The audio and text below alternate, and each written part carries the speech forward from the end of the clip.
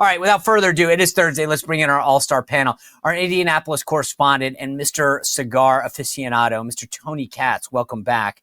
Our good friend at this president of the Sentinel Action Fund, Jessica Anderson. And brand new, debuting today on the Sean Spicer Show, Ashley Brasfield from the Daily Caller. Ashley, welcome to the show. It is so good to see you. You know, you look like you had a good night's sleep last night, Ashley. Is that a fair assumption? I think that's a fair assumption. Yes, okay. I was getting ready for the Sean Spicer Show. Well, that's good, because here's the funny thing. I admit this. I need a solid 8 hours of sleep. Tony Katz, no way. This guy sleeps like 8 minutes. He's doing something all the time, keeping the folks of Indianapolis and Indiana informed. But I saw this amazing post the other day, and I think it was in Politico, and it talks about how, you know, everyone in the reporting world is used to President Trump. I'm sure you guys at the Daily Caller up early, stay up late. But this is what they said about his trip. They said the president, according to White House officials, didn't catch a wink, not on the overnight flight to Israel on Sunday and not on the one back to D.C., which landed at 2:53 a.m. on Tuesday. So from Sunday to Tuesday a.m. Now, remember, on Tuesday, after he lands at 2:53 a.m., he goes from Andrews back to the White House on the helicopter, gets off the helicopter. You got a pool that's sitting there. Then he has a luncheon, a bilateral luncheon with the president of Argentina, and then does the Medal of Freedom presentation to Charlie Kirk. I mean, they were like, this is again, the Politico thing. Diet Cokes, adrenaline, catching up on West Wing playbook. How does this guy keep going? I got to imagine for you guys at like the Daily Caller, this is an issue. How do you keep you guys up with the news and the issues of the president, not just the White House, the president? Yeah, well, our White House correspondent, Reagan Ray, she does an amazing job keeping up with it, but it really takes a whole team to keep up with the president. I even saw CNN correspondent Caitlin Collins talking about this, of course, saying that, you know, it's kind of a nightmare for the press going on these trips with the president at this time because, you know, like you said, he does not sleep. You go 48 hours, 72 hours. We even saw on election night, I think he was up over 72 hours. So this is nothing untypical for the president, like you said, fueled by Diet Coke. And I think that Diet Coke should be obviously giving him a sponsorship at this point. We saw that button on his desk that he gets delivered all the time. But the president is always working overtime, especially with this Israeli deal. And then now you even see him having to pay the troops with the government shutdown. So working on all ends domestically and foreign policy wise. You know, Jessica, the funny thing is, he actually mentions the Diet Coke. He doesn't drink coffee. Like, I don't get this. And we are now in day 15 of this government shutdown. There's no question the president of the United States and the White House is working, maybe not everyone else. But I just want to ask you, you've been in these fights before.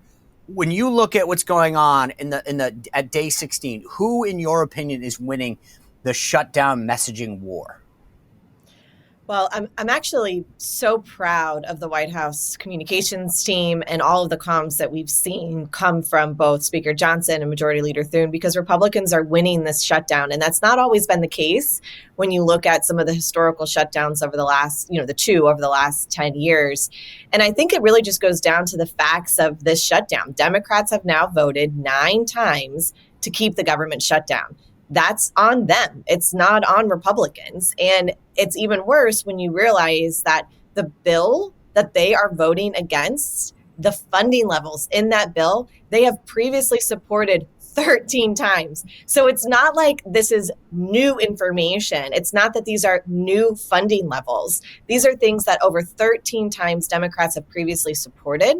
They're not now. They're keeping the government shut down. Republicans need 7 or 8 Democrats to reopen the government, which they want to do. Thune and Johnson are on, the sticks, as we call it, every single day saying, let's open the federal government. We saw in even a town hall last night over at the Kennedy Center with an air traffic control guy talking about how he's out of work and has to drive DoorDash. So the stories are real of where the Democrats' extreme and dangerous policy choices are hurting the American people. So it's a very easy thing, I think, for Republicans to message and show this is up to Schumer, right? This is Schumer playing politics with your paycheck. He holds the key to unlocking those Democrats that are needed to open the government.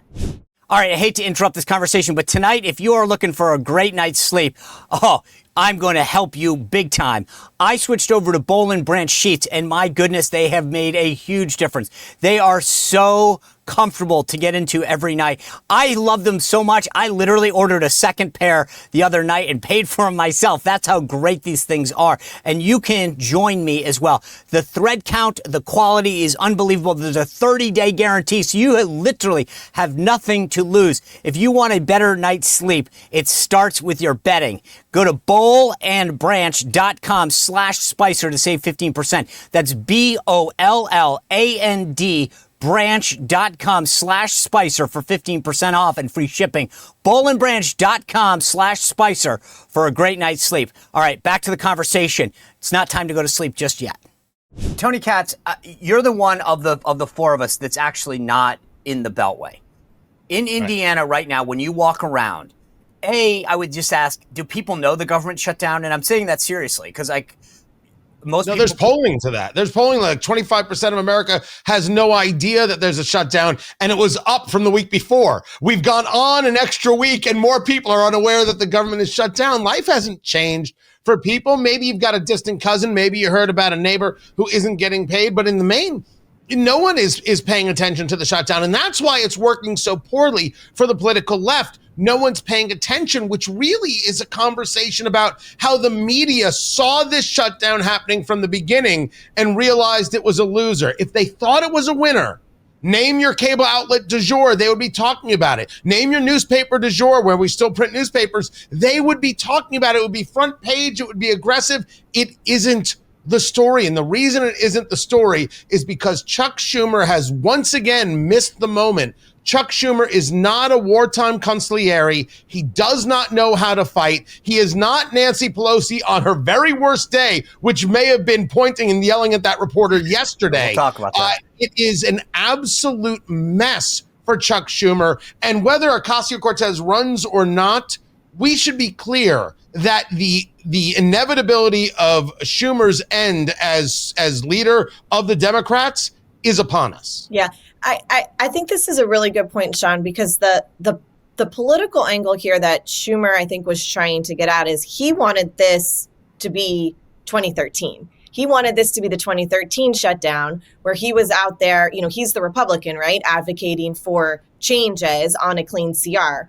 Well, what happened in 2013 when that shutdown happened is Republicans were holding strong for the American people. And they were rewarded for opposing Obamacare and a corporate takeover of our healthcare. They were rewarded for that with the largest House and Senate political majority since 2006. That was a huge landslide election. You remember it in 2014. You were there. And so I think Schumer wants this to be that. The problem is he's fighting for healthcare for illegal immigrants. And so the American people aren't going to reward him with a huge political moment next year at the midterms. It's actually going to, I think, work against him because he miscalculated the politics on this one.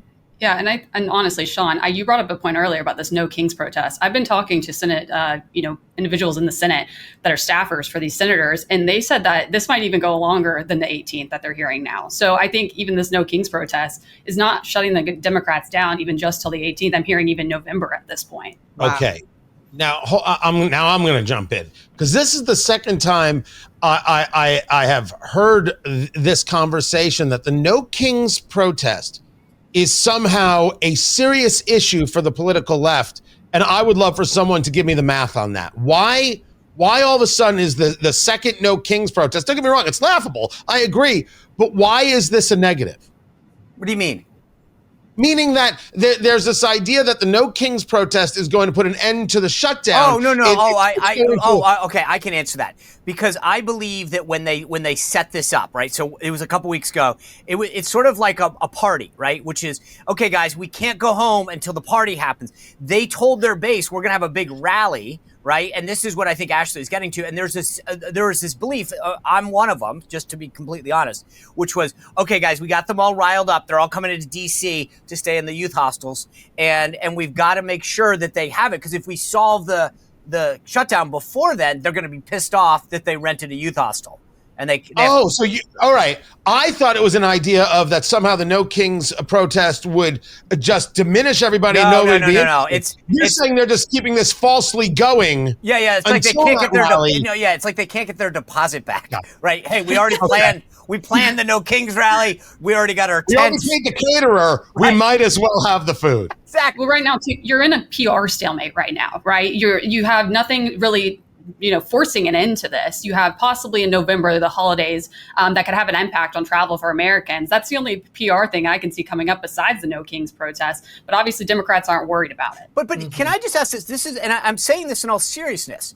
I don't know what they want. And I mean this so Jessica brought this up. Okay, they want this vote on the Affordable Care Act COVID subsidies. Okay, number one, big payoff to the insurance companies, total nuts policy. Okay, but I believe, at least the way I've been following this, and you guys can tell me if I'm wrong, that Thune, the Senate Majority Leader, has said, fine, we'll give you a vote. Open the government, we'll give you the vote. And yet they're still so I'm like, okay, that's the best you could possibly do. What is it? I still don't, honest to God, know. Okay, Tony, you have your hand up, but Jessica's not your head, so I'll go with the hand up first. No, go Jessica first. No, I'll wait. I am a gentleman. Jessica, I will wait for her. He's a gentleman. Such chivalry here on your podcast, Sean. Who knew? I thought everyone was like a toxic man, so thank you. No, look, I think, one, this is part of the problem. Democrats continue to change the goalposts. It started with the Obamacare COVID subsidies, which Thune quickly said, okay, we will give you a vote on just that, but take it out of the context of the shutdown. There's no need to hold the federal government hostage for this vote. But within 30 minutes, it expanded to healthcare for illegal aliens, which is a really important thing to talk about because the left is claiming, well, those are overstayed visas. Those are people that are here now legally. It's because Biden changed the definition for 2 years when our border was leaking, completely open, and all of these people were here, and he didn't know what to do with all of the illegals here, and so he reclassified and named them. That's the body of people that they want to give American taxpayers to give healthcare to. So that's insane. At that point, I think Thune realized that this was going off the rails very quickly, pulled the negotiation back and said, Schumer, get your house in order and be clear with your demands. And then they opened a list of 15 different things. And it's from multiple agencies, rolling back DOGE impacts, looking at WIC. I mean, honestly, Sean, there is a new list and a new set of goalposts every 2 or 3 days from these guys. And I think that is what is frustrating all of the negotiators and President Trump, because it's like, well, what do you want? I offered you where we started, a clear way out. You didn't take that. You're the one that's being unreasonable. You've now voted 9 times to keep the government shut down. We're keeping the funding levels at the same time that we already agreed at for 13 times under President Biden. I should be decreasing the funding levels, by the way, because that's what I ran on, but I'm not, because I'm committed to opening the government back. And Democrats are not at the table for this. Okay. So 2 things. First, I think they keep changing because they're trying to find the message that'll connect with Americans and try and make this shutdown popular. So that's my take there. But I think the rationale of why they won't do it, why they're in this place, is because President Trump is a populist. Now, I'm a conservative. The populism is the stuff that annoys me the most, whether it be from President Trump or the political right in general. Not a populist. I think it's a real issue. The minute President Trump has the opportunity to expand the Obamacare subsidies and say, hey, America, look what I'm doing for you. Look how I'm taking care of you. He's going to do it. He's going to steal this subject directly from the Democrats. Now, I'm not in favor of that. I don't want that. But if you're Chuck Schumer, if you're the Democrats, you can't live with that. This is your whole existence to your party. You can't have Trump taking credit for the thing. You have to take credit for the thing. And that's what I think is the fundamental crux here. The real fight is that they know Trump will expand these subsidies. He'll just do that because he'll see it as a political victory, because it's the populism more than it is anything having to do with actual conservatism. I think that's where we're at, and that's why Schumer and them can't give and can't fold. So it's funny, Ashley, we talk about Schumer a lot and what he needs to do. And I agree. This guy is literally getting yanked around. The No Kings protest is one thing. AOC is really, to me, what's really happening here. Schumer can't do anything because of her. But there was a story yesterday that blew my mind where it's you would think that Jeffries, the Dem leader, is actually doing well. They asked, I think this is in Politico, I just have to double check, but basically they went around in Axios rather. They asked all of these Democrats that were running for the U.S. House, 113 of them, I think it was, and whether or not they would support Hakeem Jeffries as the Democratic leader, whether if they stay in the minority or as the Speaker of the House. And here's the kicker this year. Of the 20 that said that they wouldn't vote, they got 20 of them. No one wants to vote for the guy. Most of them said we won't comment on it. They don't like Hakeem Jeffries either. These guys are really Schumer's getting dragged around by AOC. All the people running for Congress on the Dem side won't support Hakeem Jeffries. They have a leadership problem. Yeah, absolutely. I think they do have a leadership problem. He feels very ineffective to me. The same goes for Schumer. Schumer's taken hits from his side already. The Democrats have a problem in general going forward. I think really all this is the Republicans to lose. There's continuing to deliver on campaign promises, which I know in the political world is very hard. But it really, the Democrats have offered nothing. And like I said, they're in a PR stalemate right now. And I feel, like you said, Trump is just going to strip that from them, and taking that, Affordable Care Act messaging, what's going on behind the scenes with the White House OMB, being able to make some cuts during this shutdown. Of course, Joni Ernst sent a letter to Russ Vought talking about many of these DOGE cuts, COVID cuts even. Many of these agencies even have mascots. I saw a picture with this. I think over billions of dollars in funding go to these agencies to fund this, pamphlet stuff. They have mascot costumes. Wait, you said mascot, like a furry? Like a furry, Of course, Sean went right to furries. Yes, of course. But there's pictures in the letter that Senator Ernst put out. She's actually doing a floor speech on it today. I was just talking about it to them. And there's a lot to be done that they can take advantage of. There is leverage that the White House is using during the shutdown. And of course, what are the Democrats going to do? Argue that you're not going to pay the troops and that he's doing it illegally? That's not going to work. They have nothing to go off of right now. Well, Tony mentioned this. I want to play this for you because I don't know if everyone's seen this. I have a different take. Nancy Pelosi engaged with a reporter yesterday. We talk about Chuck Schumer. We talk about Hakeem Jeffries. But, of course, you've got, like I like to call her, the fake Speaker Emerita is what the Axios calls her, a title that she did not earn, that she has not had bestowed on her. But it's the way of the media conferring their love for her. So let me play this interaction that she has with a reporter off the House steps yesterday. Take a look at this. But I want you to pay attention. Watch the interaction, because I know everybody's paying attention to how she reacts to the reporter. But I have a different take on this. Watch the video and see if you see what I see. Let's go. Congresswoman Pelosi, are you at all concerned that the new January 6th committee will find you liable for that day? Are you at all concerned about the new January 6th committee finding you liable for that day? Why did you refuse the National Guard on January 6th? Shut up. I did not refuse the National Guard. The president didn't send it. Why are you coming here with Republican talking points as if you're a serious journalist? The American people want to know. We still have questions. Thank you. All right, Tony Katz, everyone wants, and I don't care. If you want to talk about the interaction, that's great. Did you see anything in that video, not what she said, in the visual that gave you pause? Well, you could argue that it almost looked like she was wearing a velour jumpsuit a la Boogie Nights. I can go with that. Okay. Or are you discussing the fact that she has to hold somebody's hand as she's walking down? But it's not just somebody. That's a Capitol Police officer. That's her security detail, that gentleman on the right. And so what I thought was fascinating is that we have a member of Congress that needs a security detail to provide for that. They can't walk on their own. I thought that to me is like after everything that we dealt with Biden, here we have a member of Congress using a Capitol Police officer as their aide to get around. I mean, I know that's maybe that's just me, but I was like, that should be telling. But if the argument is she's too old to be in the House, I'm not going to disagree with that. If the argument is we've lost our humanity and we let a woman who's a little bit infirmed or can't walk perfectly tumble down some stairs, I think that's nuts. I don't mind that she gets the assistance at all. I think the real argument should be how much of a backbencher she has become, that this would have been this really smart pushback 10 years ago from Nancy Pelosi, and now it looks like the rantings of an old woman neighbor when you hit the ball into her yard. I mean, look, okay, maybe I'm petty, but again, it's not like I don't mind if she has an aide that holds her hand as she goes 10 feet. But my point is more that you're using your security detail now as your crutch, literally your crutch. I don't think that's exactly, like, this is not, you don't get a security detail to carry you around. You get them to protect you because there's a threat.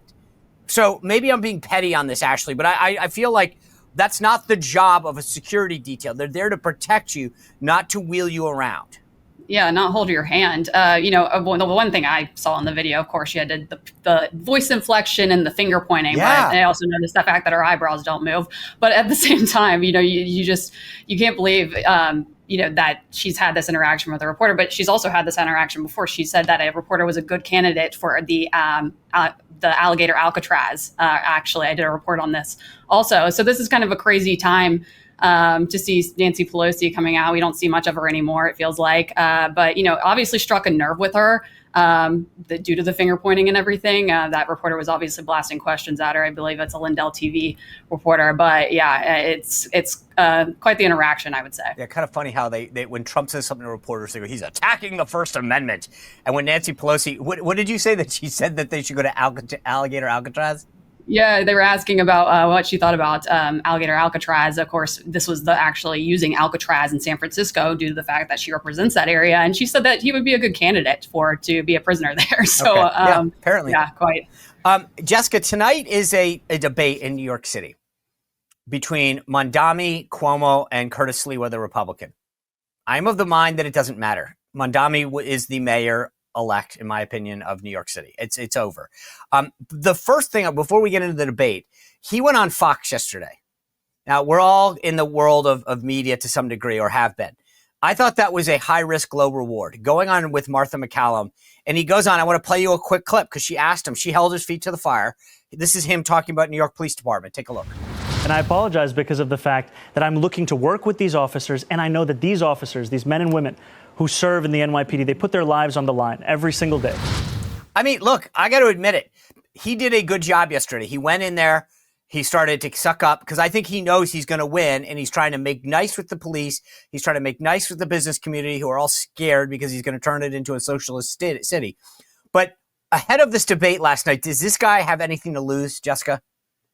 I think he has everything to lose, and I actually don't think that the race is over. Really? The reality is, yeah. So when you look at the numbers and you kind of look at the polling, the biggest inflection point that New Yorkers were waiting for was for Adams to drop out. And a gigantic shift happened when he dropped out of those voters moving over to Cuomo. Now, Cuomo's no one's favorite, certainly not on this program. So let's be clear about the choices that New Yorkers have here between Mondami or Cuomo. But the reality is Cuomo absorbed all of those Adams supporters. His support is going up. And if you look at the Quinnipiac poll from last week, actually Mondami has plateaued.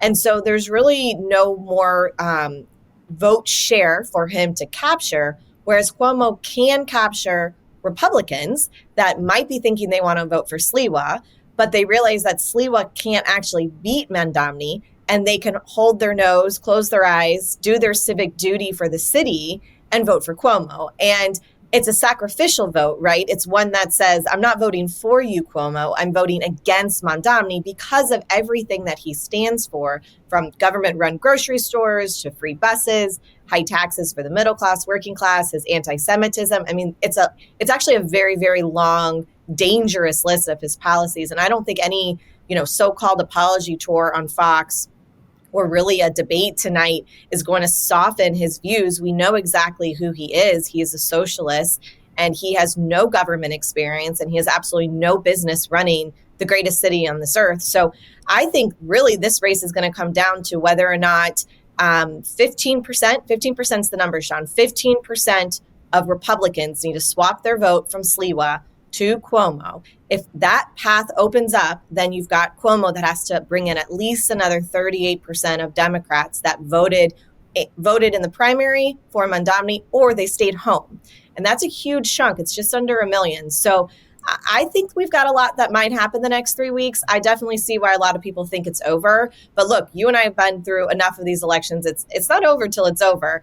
Crazy things happen. We thought the Virginia race was over, and Jay Jones's tweets, text messages that exploded over Twitter and X, not even 7 days ago now, blew that race wide open. So I like October surprises. It keeps politics fun. And I think New York Republicans have a lot of impact that they can have for their city at this point. All right, Tony Katz, you're my test case. Principled conservative. You just heard Jessica Anderson make the case. If you don't want Mondami, here's what you need to do. Does Tony Katz buy that argument? I do buy the argument. I don't buy that enough people could do that in order to get Cuomo to win. I definitely think, sadly, Mamdani is a foregone conclusion. No, but let me ask. I'm sorry. Let me phrase this way. If you were not an Indianapolis but a New York City voter and you heard Jessica Anderson just make the case that unless you want Mondami, you, Tony Katz, committed conservative, outspoken, principled guy, have to vote for Cuomo, are you willing to do it? I would pay for my bagel and lox at Russ and Daughters, walk down to my polling place, and vote for Cuomo in a second. Oh, my. You're actually asking the question about the never Trumper. The reason the never Trumper argument was always so pathetic and so ridiculous and not conservative is that the conservative doesn't think that the communist is a better choice. They deal with the reality that's in front of them. And all of those never Trumpers who said, oh, you can't vote for Trump. Oh, you can't have Trump. I'd rather have Hillary. I'd rather have Biden. I'd rather have Kamala than Trump. They were all wrong, all frauds, all liars, all ridiculous, and not conservative. Reality is right in front of you. Your choice is a guy who's awful or a guy who's going to punch you in the face repeatedly and is awful. Yes. Your choice, New York. Yes. And I think, Sean, I think you can do this in a way that doesn't tear down Sliwa. I mean, look, I'm so glad he ran. That's great. He can't win. And so this is a pragmatic choice. Hold your nose, close your eyes, do your civic duty for New York Republicans, and vote for Cuomo. Sucks, but it's 2 years, and then we're going to have Elise Stefanik as governor, and it's going to be fine. Well, luckily I live in Virginia. We'll talk about that in just a second. But Ashley, I don't know if you studied this in school, in college, but I'm going to call you out on this because not a lot of people knew this about Vice President Kamala Harris, but she made it very clear the other day, something very historic, and I want to play the clip for you so you understand this, and then I'm going to question whether or not your education matches what she described herself as. Take a look. That is a decent resume, but go ahead.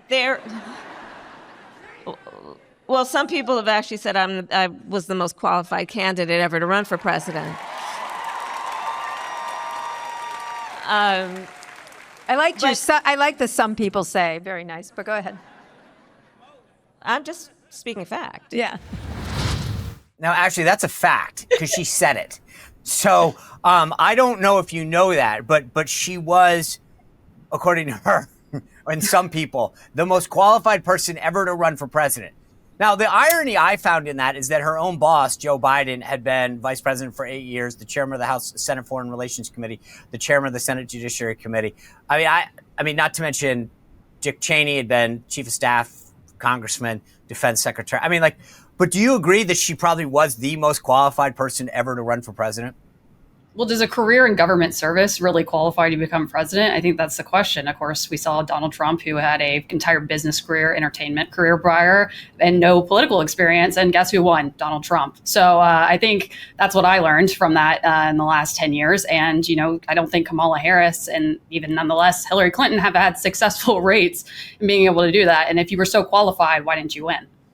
Oh, I just think historically it's stupid. I mean, You're right. I agree with you 100%, but I'm also do you realize that I can off the top of my head name 5, 6, 10 people who were more qualified on any range of things than you were to be president. I found that so absurd.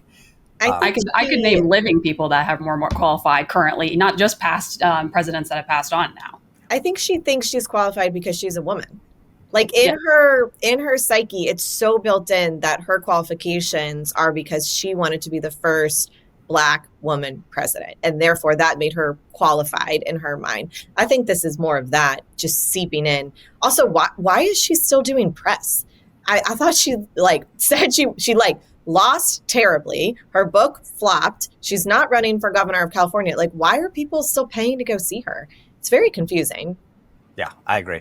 I want to switch subjects because I want to get a couple things, and then I definitely want to talk about Virginia as we enter the final days here. Tony Katz, I believe that for a variety of reasons, specifically because of Virginia, which we'll talk about, these Jay Jones texts, he's the Attorney General, Democratic nominee, came out, blah, blah, blah. We'll talk about them in a second. Well, the left couldn't just deal with that, right? We can't talk about that. So what did they do? Politico went and found a bunch of leaked messages on an app called Telegram, where a bunch of people on the right, part of the young Republicans and such, said some highly offensive and inappropriate things. I mean, what some of these messages say are reprehensible. There are two schools of thought on this.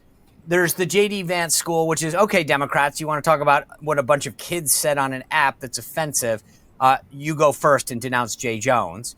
And then there's some people like me, frankly, who are like, you can both be true. Like, we can say that's wrong, and Democrats still need to do that, right? But I think this is where Politico is trying to muddy the waters and say, oh, there's bad people on both sides.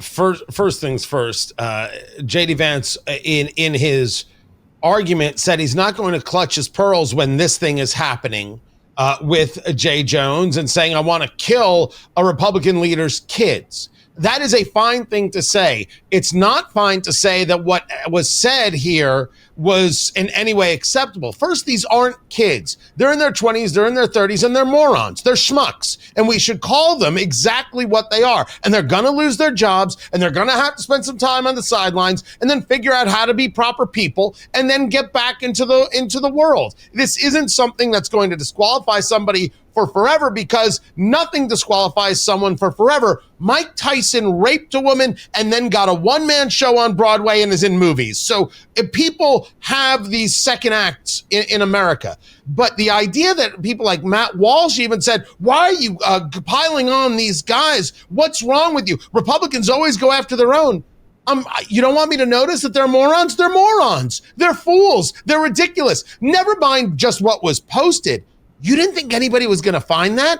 Are you so unbelievably stupid that you thought no one would find those? You trusted people with comments like that? You don't deserve to work in politics. I'm not so sure you deserve to work at Dairy Queen. It's moronic. And for being a moron, you get excommunicated for a while. You'll find your way back with some repentance or whatever the timeline is, or you'll decide to fight it and see if you can build yourself up. But you're supposed to notice that that's foolish, and then you're supposed to notice that the political left doesn't get to lecture to us when they don't think Jay Jones should sit down after saying he wants to kill somebody's kids. Yeah. That's how it's done. Yeah, and that's a very, normal reaction, right? That is a human normal reaction. And it's the normal human reaction that every single person on the right, middle, or center should have had to Jay Jones text messages. It literally should be the exact same reaction. Disqualification from whatever job you have or are seeking to have, and go into timeout and figure out how you want to interact with society and apologize, right? Apologize and do some soul searching. That should be the reaction anywhere on the left, right, or middle. And the fact that the political left, and specifically Jay Jones's running mates, have not condemned what we saw and the horrific nature of his texts, the fact that not a single person in Democratic leadership has had that common sense response that you just had, is mind-numbing to me. And I actually think at some point, the bottom's going to drop out on this, because the problem that the left has with their love affair with violence and extremism can only go so far. And we're seeing it first stage. And at a certain point, we're going to have 30 more years of President Trump. It's just going to keep happening, because these guys are so hypocritical and just terrible, all around terrible. Yeah, I think Tony's exactly right, calling these guys schmucks. But I think the irony here is the Virginia Democratic Party just sent out this email blast saying that Sears should, go out and say, these people were wrong. Well, Winsome Sears responds to the tweet saying, yes, they should be fired and they were wrong. What about you, Abigail Spanberger? Because she's calling these tweets, the text messages abhorrent. And that's just, that's all she's saying. She's not unendorsing. I did a tweet yesterday taking a screenshot of Abigail Spanberger's campaign website And guess who still has T-shirts and bumper stickers of names with Jones and Spanberger on it? Abigail Spanberger. So I think there is a definite, I mean, this guy's running for office. Like you said, he shouldn't be he shouldn't have a job. He should be stepping down in this race. That's pretty obvious in my opinion, but his running mates won't, condemn that. We've done multiple reports on this and we'll see how it plays out in Virginia, but I think it should have an impact. This is different, obviously, with these guys who have no political position currently. They're not in political power, but this guy's running for the top law enforcement officer of the state of Virginia, but also saying that, some cops should die, using a reckless driving charge to get ahead politically, and then saying he wants to put 2 bullets in the former Republican Speaker of Virginia House head and kill his children. It's a little different. Yeah, that's so a couple things. One, these kids who put these texts out, I agree with Tony too. It's like, are you that, I'm not sure if you're just offensive and dumb, but the idea that you would put that in a text to me is one of the dumbest, even if you were that stupid, in terms of having the thoughts, the idea you'd put it in a text to me really calls into question. But here's the broader difference, guys. And you guys this is what you're touching on that I think is important. Republicans are sitting here, every one of us just said, yeah, and Abigail Spanberger, Winsome Sears as well. Okay, you know what? Those kids should be in a timeout.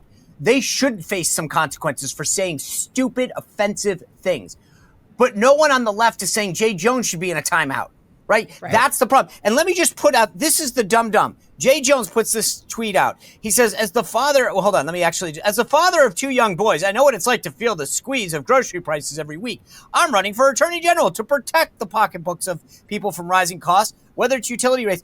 And all of a sudden, everyone's like, the RGA puts out this tweet. The Republican Attorney General Association says that the father of 2, you must think that anyone who fantasizes about killing children is seriously deranged and unfit for office. And that was actually saying, this guy literally wanted to watch Speaker Gilbert's children die in their mother's arms. And no one on the left is like, yeah, maybe he should be in a timeout too. But we're talking about whether or not something gets recognized. And there are people on the right who are like, you shouldn't even recognize what these guys did. I think that's the foolhardy part. Your point is we should be far more aggressive about what it is that we're seeing from them, this ever mounting amount of violence that the political left is either engaged in or fantasizing about, which is part of their daily existence. I don't think there's any doubt that the cable news outlets, every time they have over the years said Trump's a threat to democracy, a threat to women, a threat to this, a threat to America, your rights are a threat. That was the call for the lone wolf. They were looking for somebody to do Butler, Pennsylvania. That was the objective. That was the goal. And they are, I don't know if they're upset or not that they didn't achieve their goal. Constantly, consistently. Oh, if you don't believe in gender affirming care, it's a threat to these kids' lives. That's about calling for somebody to engage in great harm and great damage to other people. It's that we have to be so much more focused on. Look at what they're doing. This isn't about toning down the rhetoric. I know John Fetterman spoke about this last night. With all due respect, our conversation here, what rhetoric do we have to tone down? They have to stop killing people, and they have to stop being okay with electing people who want to kill kids. Yes, that's the difference. That's the thing. This conversation right now, what was said on the right by these, and they're young people, they're not kids, right, is wrong, offensive, stupid, and they should face consequences. The left says, yeah, our guy threatened to kill someone and then wanted to see the kid in dead arms. But you know what? It's up to the voters. That's the difference. And you know what? Luigi Mangione, it's their side that's saying, yeah, it's okay that he killed a CEO in cold blood because it was in advance of a greater good. It's okay because there's always an excuse. And that's the thing. Or our side is called to call these people out, rightly so. Their side says, but it's not that. Well, if you enjoyed this content, make sure to like this video, subscribe, and click the notification bell to get more.